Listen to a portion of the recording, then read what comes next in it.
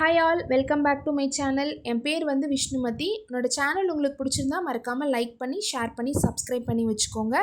இந்த விலாகில் வந்து தீபாவளி அன்றைக்கி எப்படிலாம் நாங்கள் சாமி கும்பிட்ருக்கோம் அப்படிங்கிறது தான் உங்ககிட்ட ஷேர் பண்ணியிருக்கேன். இது வந்து தீபாவளி மண்டே முடிஞ்சது இல்லையா, இது வந்து நெக்ஸ்ட் மண்டே எடுத்திருந்த விலாக் தான்.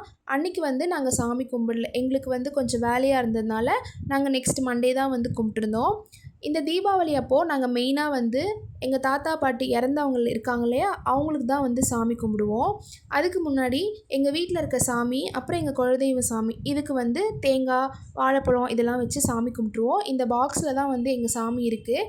அங்கே போய் சாமியெல்லாம் கும்பிட்டுட்டு திரும்ப வீட்டுக்கு வந்துடுவோம். வீட்டுக்கு வந்து எங்கள் இறந்தவங்களுக்கு எப்படி சாமி கும்பிடுவோன்னு பார்த்தீங்கன்னா, இந்த மாதிரி ஒரு அடுப்பு இருக்குது பார்த்தீங்களா, அந்த அடுப்பில் வந்து நெருப்பு வச்சு சாமி கும்பிடுவோம். இது பார்த்திங்கன்னா அதுக்கு சாம்பார், அப்புறம் சாதம், பொங்கல் இதெல்லாம் செய்வோம். இன்னொன்று எக்ஸ்ட்ரா வந்து இந்த அரிசி மாவில் களி மாதிரி செய்வாங்க, ஓகேவா. இதை வந்து செஞ்சு சாமிக்கு வந்து படைப்பாங்க. நம்ம இறந்தவங்களுக்கு இதை வச்சு தான் மெயினாக படைப்போம். இது பார்த்திங்கன்னா ஒரு அடுப்பில் நெருப்பெல்லாம் காட்டிட்டு அந்த புகையாக வருது பார்த்திங்களா, அதுக்கப்புறம் நம்ம செஞ்சுருக்க அந்த பொங்கல், அப்புறம் இந்த அரிசி மாவில் இருக்க அந்த களி, இது ரெண்டுத்தையுமே 3 உருண்டையாக பிடிச்சிப்பாங்க. தனித்தனியாக பிடிச்சி அதை வந்து அந்த நெருப்பில் வச்சுட்டு நெய் இருக்கு இல்லையா, நெய் வந்து ஊற்றுவாங்க. கூட வந்து சாம்பிராணியும் வைப்பாங்க. அதெல்லாம் வச்சு முடிச்சுட்டு இந்த தேங்காய், இந்த வாழைப்பழம் இதெல்லாம் வச்சுட்டு சாமி கும்பிட்டு முடிப்போம். அப்புறம் இந்த தேங்காய், இந்த வாழைப்பழம் இதெல்லாம் வந்து கொஞ்சம் கொஞ்சமாக எடுத்து வச்சுருவாங்க.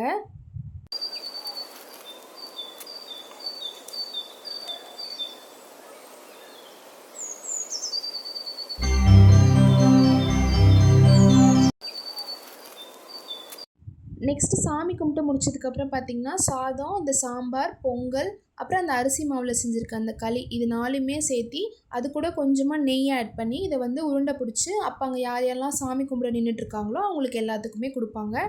இந்த வீடியோஸ் பிடிச்சிருந்தா மறக்காமல் லைக் பண்ணி, ஷேர் பண்ணி, சப்ஸ்கிரைப் பண்ணி வச்சுக்கோங்க. தேங்க்ஸ் ஃபார் வாட்சிங்.